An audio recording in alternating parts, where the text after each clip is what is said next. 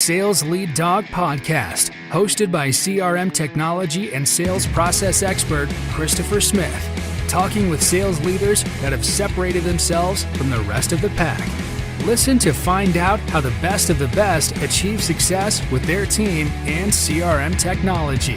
And remember, unless you are the lead dog, the view never changes. Welcome to Sales Lead Dog. Today we have joining us a thought leader, Angel Ribo. Angel, welcome to Sales Lead Dog. Thank you. Thank you very much for allowing me to be here with you and for your, and to your audience, obviously, that they will be patiently listening to us today. That's great. So Angel, tell us about yourself and what you do these days. Absolutely. So basically what I do is both corporate CEOs and established entrepreneurs, they hire me to bridge the gap globally for expansion and exposure. So that means basically that they help them accelerate the growth of their businesses through international expansion strategies. The reason why I do that is because I originally was born in Barcelona in Spain. I started an international career because I learned English and French and then Portuguese. And then, I decided to go international and fast forward, I had, helped more than, 1,500 companies and their C-level executives making certain, purchasing decisions. And also then, I was working literally in more than 30 countries doing that. So, eventually for almost 5 years ago, I decided to go from the corporate world to have my own business. And that's how I ended up doing what I do. Besides that, actually, something that played a key role for me to do that was that I decided also to start my own charity. It's called Wisdom for Kids. And we help underprivileged kids in Latin America become entrepreneurs using their local resources. I'm very strong on LinkedIn, so you will find me on LinkedIn over there. I'm an influencer there and very active, always sharing both personal and professional stories. And many of them are sales-related stories. So I'm so excited to be here, Chris. Thank you. Yeah, no, we're excited to have you. And I love what you're doing as an entrepreneur. Anything that facilitates entrepreneurs, especially I love it with kids. That's awesome. Thank you. Yeah. So tell us about your I'm going to start with your switch to being an entrepreneur. That's a big shift to make. What was that like for you? Yes, it was obviously when you look back, right? You know that you made so many mistakes, and you would, if you were given another chance, you would definitely do it completely different. You know that feeling? Yeah. Oh yeah. I'm sure you do, right? Yeah, totally. But also I believe that, regardless of where you stand, like from a spiritual or religious perspective, I think that we are only given the battles that we can really fight and succeed on. Yep. Okay, so that wasn't an exception. So there's always something that happens that keeps you afloat, always, no matter what, Yep. Yep. So I decided to leave corporate America after what? Almost like 17, 18 years, starting in Europe and then being here. Yeah. In the US. I'm right now north of Dallas in Texas. And it was, in the beginning, to be honest, the first thing I can tell you I remember is that I really wasn't sure of what I wanted to do. I wasn't sure. I had so many paths, right? Right. Before leaving the corporate world, I had attended several entrepreneurs, online marketeers kind of conferences. Yep. In order to explore several, avenues, how to become a consultant, how to become a coach, how to launch products online, how to be a good online marketeer.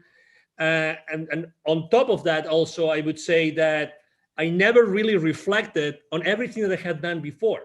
Right. So I was full of doubts with a lot of different possibilities in front of me. And it took to me a while to say, okay, so this is what I'm going to do, and I'm going to do it this way. I'm going to go down that path only. Yep. So that's what I remember. But, definitely, probably the same as you. If I can learn anybody not to make the same mistakes, yep. There I go. Oh, yeah. So what was that like transitioning where you're selling for other people? Now you're selling for yourself. Yeah. So number one is making sure that the imposter syndrome was not affecting me, right? I remember that it wasn't until I literally sat down. And when I was telling you before that I had done business in 33, 34 countries, until that very moment, and that was months and months and months after I had started my own entrepreneurial career, I sat down and I started to write down, okay, so how many companies have I helped in my life? And I tried to cut and paste different spreadsheets from different, places I had worked and done business with, and companies and industries. I put them all together. And then I said, okay, how many countries? Those different companies, where are they based? So I started to make a list of different countries. Okay, and then how did I help them? So I helped them do this, this, this, this, and this. When I took stock of that, experience, it was then when I realized, okay, so I might have something to offer. Yeah. I might have something to sell to the others. So actually, I made the decision. I made the decision of, I'm going to be extremely active on LinkedIn. Okay, so that was my first decision. So I haven't really used networking online before. Right. I was using it like reactively. Now I'm going to be proactive, and I'm going to make LinkedIn the place where I'm going to conduct all my sales. Before, I don't remember selling a single thing. Nothing since the 90s, where I don't remember when LinkedIn was founded, but until 2016, when I decided to set up my own company. Yep. So that was the first thing. So I started to see, okay, so I'm going to do this. How do I create an audience? And then I started to learn how to do business on LinkedIn, how to reach out to people. I made so many mistakes. I mean, crazy things. Crazy things. It really, obviously there were people blocking me, and you name it. Trying to reach out the wrong way, and trying to be artificial, trying not to be me, to be honest, because I was in this. If I had to describe it, in some sort of quicksand, that you know what you do, but you really don't, and then you one step forward and two steps backwards, all the time. And then obviously after starting like doing some marketing, and then having the conversations, right? And how am I going to prepare my own proposals, and what are my own proposals going to look like? And I have to say, probably one of the mistakes I made was also that I didn't reach out to the people that could have supported me, people that I could have partnered up with. Oh, what a big mistake, Right. Definitely. That was a big mistake. But, I'm alive. I still have a family. I still have a home. I still have a couple of cars. I still go on holiday and I vacation from time to time. So it's not that bad, Chris. Oh, yeah. Yeah. I think a lot of people are afraid to make that jump, but it's like anything else in life where you're making a big change like that you have to be all in. You have to be committed to it, and you have to be committed to success, which, for being a sales leader, for our listeners,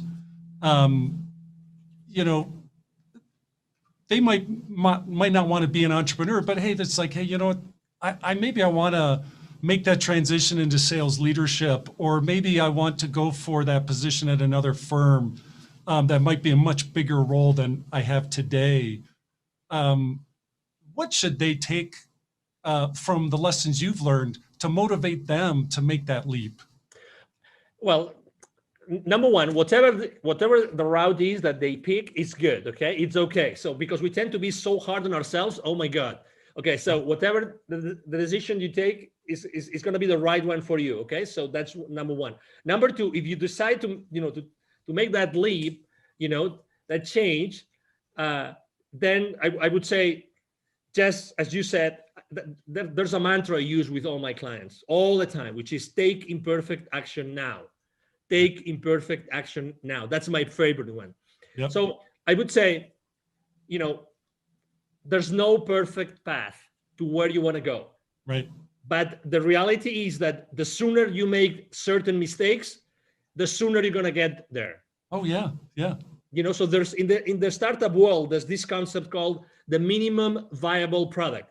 Yes. Okay. So any startup, when they're going to launch something, they say, okay, so what's the minimum value in the form of a service or a product I'm going to put together so that the market is going to react positively and they will start acquiring my services or my product, right? So this is so much more simple than what you think. You just have to reach out to the people that you already know, or the potential business partners, and go to them and say, hey, I just started. I just got out, the corporate world. I want to do this. Would you be willing just to have a coffee, over coffee conversation and tell me that makes sense? And if you would be willing to tell me your feedback about this, it's as simple as that. In a week, you can have 5, 10 conversations like that, Yep. and already know what makes sense and what doesn't make sense, and start having those conversations with potential clients. Again, I was talking about making mistakes on LinkedIn and sending the wrong messages. If you genuinely, even if it's people that you don't know, if you genuinely reach out to people and ask them for help, Yep. I mean, don't explain them your life, okay? Yep. Just, I need your help because I just left the corporate world and I would like to, proof test something that I want to change, to launch to the market. I tell you, maybe it's not going to be a 50%, but there's going to be a 10%, 20% of people that are going to say yes. And they will be able to meet, they will be willing to meet over coffee with you to discuss that. Yep. Yep. I mean, and the ones that have been there, the ones like you and me that we have been there, oh my God, do we want to help other people not to make the same mistakes? Oh yeah. Of course. Yeah. Of It's course so we want. important.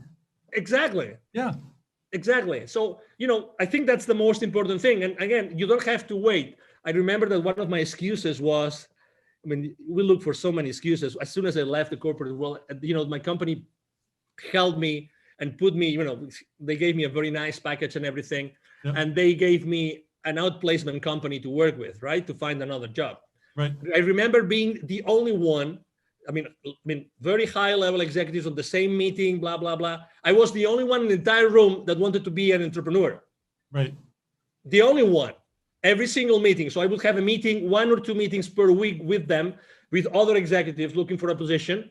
Yep. I was the only one that wanted to be an entrepreneur. The rest wanted to have another job, another gig, or another company, which is good. Again, it's good. It's perfect. And again, there's nothing wrong. But the sooner you start going down that path, Yes. the better for you. Yes. Because you need reinforcement, and you need reinforcement, and you need to learn lessons. Nobody will learn their lessons. You need to be yourself in front of the reality that you're going to be, acting on.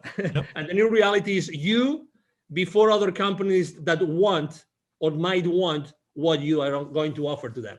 Yeah.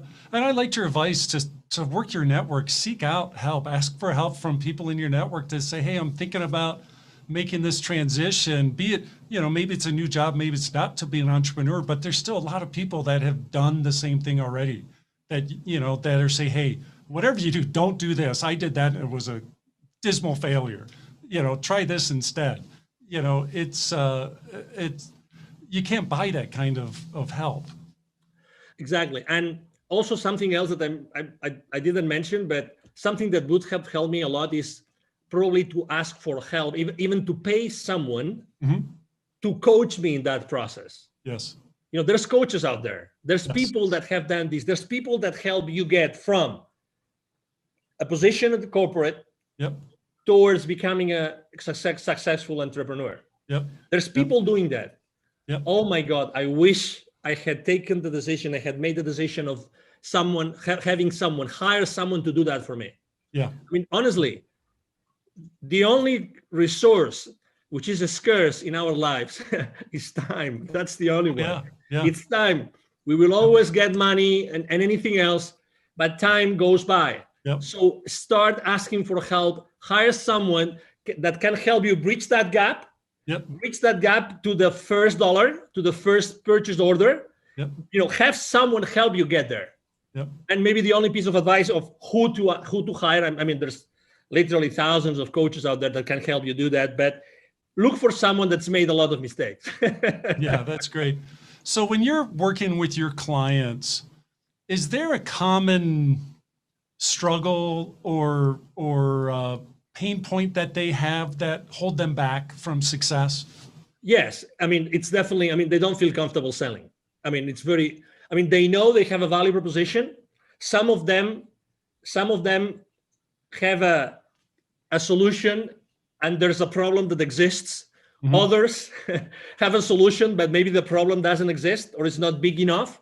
But it doesn't matter. That's why we are there to talk and we're there to discuss and how to make that value proposition really viable in the market. But still, I think that that's the most important thing, to make sure that I help them do something that they're just feeling comfortable. Not everybody feels comfortable asking for the purchase order. And needless to say, not everybody knows how to go to the market, which is another thing, right? That's why I always say it's expansion and exposure.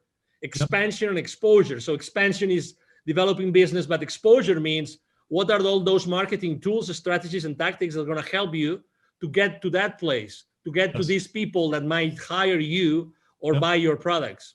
And that's what they have in common. Let me add something to this, if I may, Chris, which is obviously every time we talk right now, when I'm having this conversation with you, I'm attracting a specific kind of person, right? Yeah. I'm attracting a specific kind of entrepreneur, a specific kind of C-level executive. I don't attract everybody. And that's okay.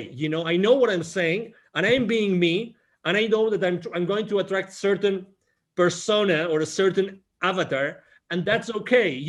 The world is full of people that need my services, and it's the same with you, and it's the same with you, Chris, and it's the same with everybody that wants to go from corporate to becoming an entrepreneur.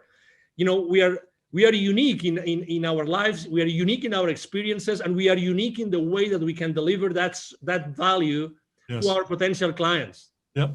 That's why we'll never, that's a conversation you've had probably hundreds, if not thousands of times. I remember when I was training my sales force, the new sales reps would come to me and say, hey, okay, so where am I going to find leads? Oh, that's an interesting conversation. So, we would tell them, okay, so this is the source of leads, and I'm sure that your sales VP or your sales manager is going to give you a whole bunch of leads, and then there will always be someone in that sales training, someone raising their hands and saying, and what if I finish my list of leads and nobody has wanted to give me an appointment? I said, okay, that's interesting. I'm gonna do that myself. I'm gonna expose myself with you in front of the rest of the class, right? So if you ever finish all your lists of leads, I commit to you that I will be sitting down with you for an entire day, and we will both look for additional leads or list of leads online or in any other institutions that could provide you with potential clients of your business. Yeah. Obviously, the message I was trying to convey is it that there are not enough leads or potential clients to you, or is it that maybe the work that you're doing is not good enough? Maybe the questions that you're asking, maybe the phone calls, maybe the places where you're looking, right? The reality is, Chris, that nobody ever came back to me, since the 90s asking for lists of additional leads. Right. Nobody. Yeah. So at the end of the day, obviously, we all have to learn somewhere, and we all have to start, with inside sales or whatever, or telemarketer, marketing, or whatever that is. Yeah. What's your craziest sales story from your career? Well, there's plenty, but I have to say the one that I will never forget. So this is the deal, okay?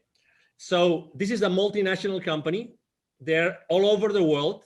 What they do is they do electric motors. Yeah. Okay. Like all sizes, they're huge. Okay. They are originally from Brazil. Okay. And they were basically opening a huge, they had just acquired a new massive manufacturing plant in a specific place in Mexico. Okay. So the headquarters were using a specific technology, right? Which was actually the technology that I was representing. Okay, so I was covering the entire territory at that time, and I said, okay, wonderful. So we're just going to just acquire this company, so it's going to be an easy sale, right? So they just acquired this additional company here in Mexico. In Brazil, the standard technology is our technology, so it's going to be a piece of cake. Right. It's going to be a piece of cake, right? It's, they already know the advantages, blah, blah, blah, everything. All right. Yep. To make things worse, I'm originally from Spain. As I said before, I was in Mexico, and I was doing that. That wasn't a direct sale from me. So I was doing that indirectly through one of my business partners. Okay. One of my channel partners, to say it properly. All right. So I said, just go there, do all the groundwork, and then whenever you need me to, for the final stages of the negotiation, I show up. Yeah. What was even worse was that the CEO and general manager of that company in Mexico, he was also from Spain. So I said, oh my God, we will be able to talk about soccer, and we will be able to have a nice meal together. And we will, so you name it. when you already have this image in your brain. Yeah. It's lining up. Everything's lining up. Exactly. Yeah. What are the chances of this Brazilian company buying a company in Mexico, and the CEO and GM, he is a Spaniard, right? Yeah. Okay, so we start the sales process, blah blah blah, and then I start receiving symptoms, right? I mean, hey, there's a strong team. They had something like a 35, 40 engineering team, and those were each one represented X thousands of dollars of that particular proposal, right? Yep. So, but suddenly from, the sales director of that channel partner of mine, hey, there's a strong group which are using a completely different technology. These guys have never used our technology. They use another one, and they're very strong, and they really believe it's much more important, right? So I have to say that unfortunately we took shortcuts. We didn't analyze the decision process properly. We didn't analyze the decision criteria properly. We didn't have enough conversations with the economic buyer, with the CEO, with the GM. So we took so many shortcuts that we ended up losing the deal. Oh my. And it was several hundreds of thousands of dollars. Yeah. Several hundreds of thousands. So I will never forget the name of that company. Obviously, I'm trying to be extremely respectful and don't disclose the name of the company. But I have to tell you something. With the director of sales of that channel partner, we became friends because we were badly defeated. And obviously, all the company knew about that deal. When that deal has so much visibility inside the company that everybody's expecting us to win it. Yeah. So we had to go back and say, we lost it. What? We lost it. Yeah, we lost the deal. Well, to recover that account, it took to us 4 or 5 more years. Wow. 4 or 5 more years to get it back, to have, to perform, enough proofs of concept there, and to make sure that we were doing the right benchmarks of technology against technology, blah, blah, blah. And I guarantee you, we never took any other shortcut. We didn't take any other chances in any other deal. I tell you that. Oh, I bet. Dealing with rejection is a big part of sales, and being a sales leader and modeling that, how you handle rejection. I think it's important for a sales leader to model that for their team. What's your recommendations for sales leaders in terms of how they create the proper perspective in their sales team, especially the younger people that are getting started in sales? I would say number one is that for your potential clients, future clients, you call them suspects, leads, prospects, whatever, depending on the maturity, but their perspective is their reality. Don't forget that. Don't forget that. So your reality is not their reality. Okay.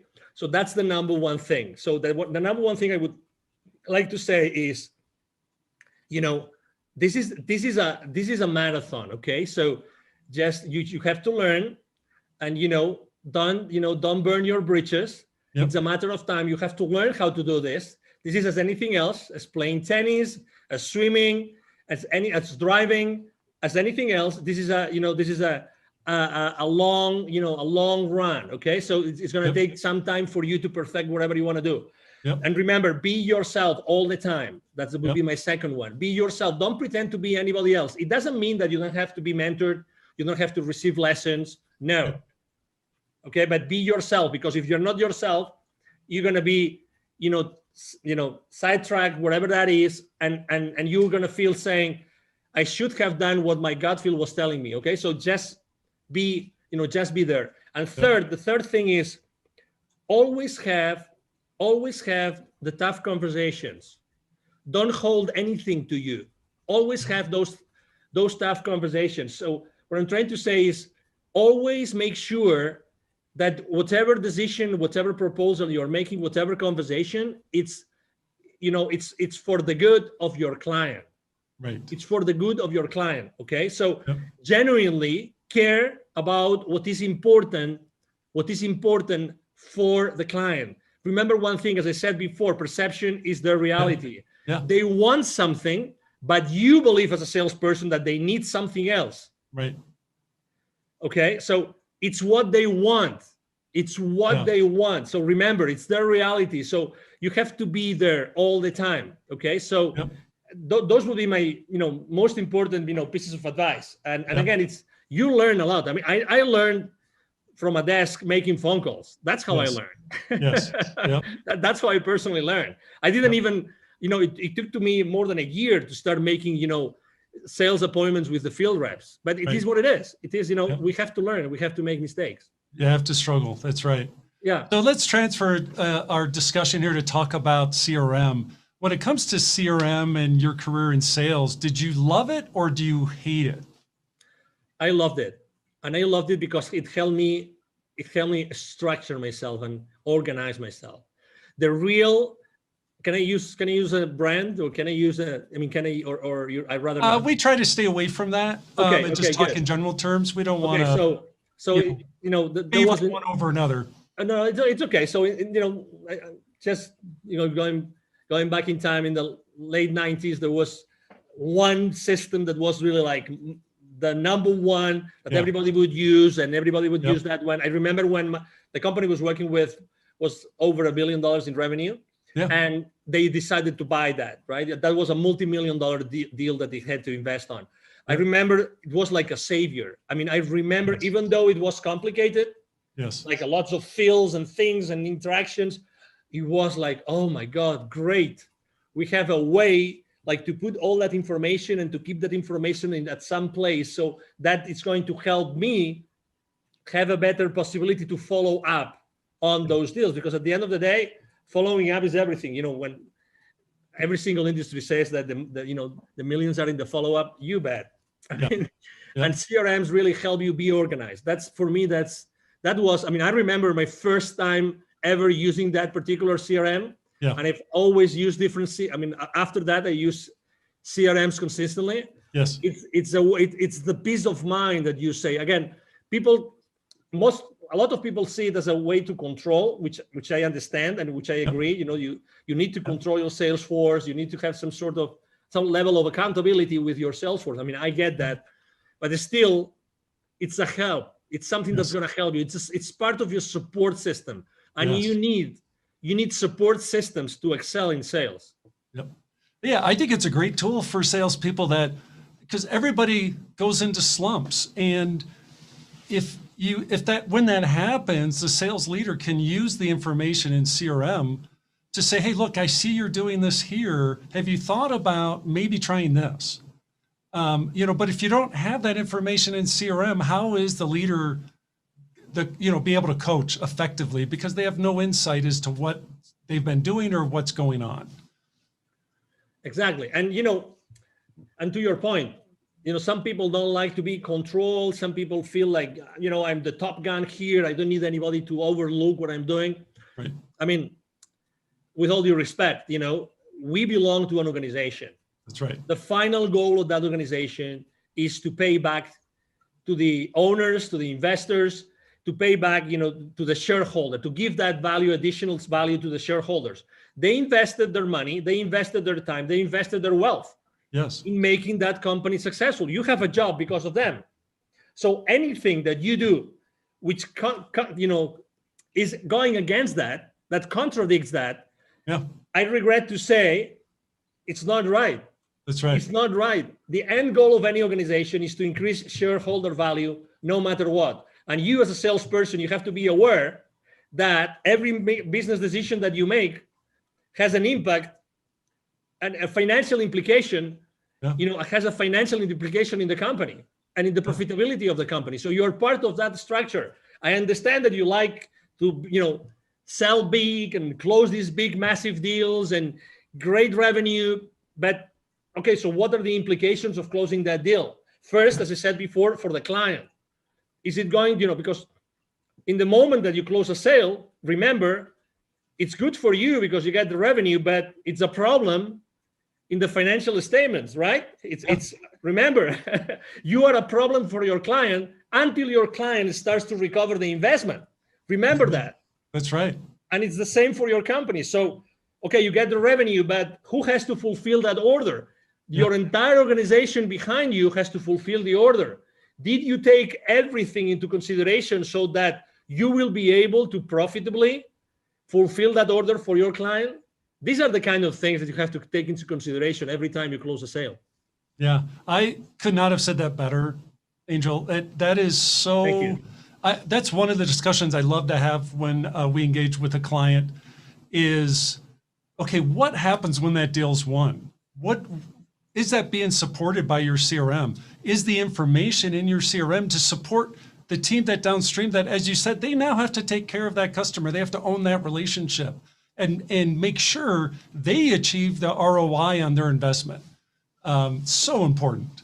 Absolutely. I mean, in all honesty, I mean, if we want to keep our teams accountable, I mean, we have to, and we want them, all of them, to be engaged, right? I mean, we have to educate them. I mean, very honestly, I mean, because you sell every single day. So I think that having those financial implications conversation is like the elephant in the room. Yes. It's like the elephant in the room. Who feels really comfortable? I mean, have you ever felt this? Let me ask you a question, Chris. Have you ever been in that situation in which you're trying to close a deal, you're in a negotiation table, and suddenly the CFO of your client shows up?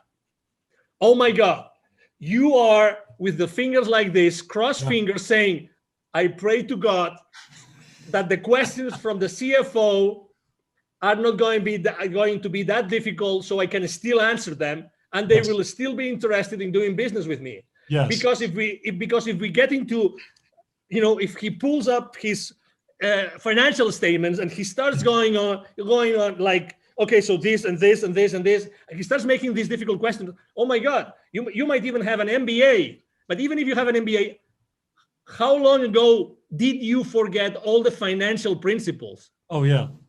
That will eventually allow you to understand what the CFO is going to say, but you still want to win the PO, right? Yep. So this is exactly where we are. So we have to be humble, and we have to receive the education in order to be able to, be engaged in our company, be aligned with everybody else, and then we can be kept accountable. Yep. No, I love it. So Angel, we're coming up on our time here on Sales Lead Dog. If people want to connect with you, what's the best way for them to reach out and connect? Thank you. The best way for them to connect with me is definitely to go and send me an email. It's very simple, like my name. It's Angel, Angel, at angelribo.com. It's ANGL again, RIB as in boy, O, RIB as in boy, B as in boy, O.com. So it's Angel at angelribo.com. I'm very active on LinkedIn, very, very active. So you can, reach out to me, Angel Ribo. My brand is the CEO Confidant, So you can go to LinkedIn. You will find me there easily. Yep. Either my team or myself are going to answer your questions, your emails, your messages on LinkedIn. We are very, very proactive in engaging with everybody. Yep. And it will be a pleasure, obviously, to serve you. Yeah. Well, it's been great talking with you, Angel. I'm glad we got to finally connect and talk. This has been terrific. Thank you. Thank you. Likewise. Thank you for the opportunity, Chris, obviously. And thank you, everybody. Thank you to all the audience listening to us today. Awesome. As we end this discussion on Sales Lead Dog, be sure to subscribe to catch all our episodes. On social media, follow us on LinkedIn, Facebook, and Instagram. Watch the videos on YouTube, and you can also find our episodes on our website at impellercrm.com/Sales Lead Dog. Sales Lead Dog is supported by Impeller CRM, delivering objectively better CRM for business, guaranteed.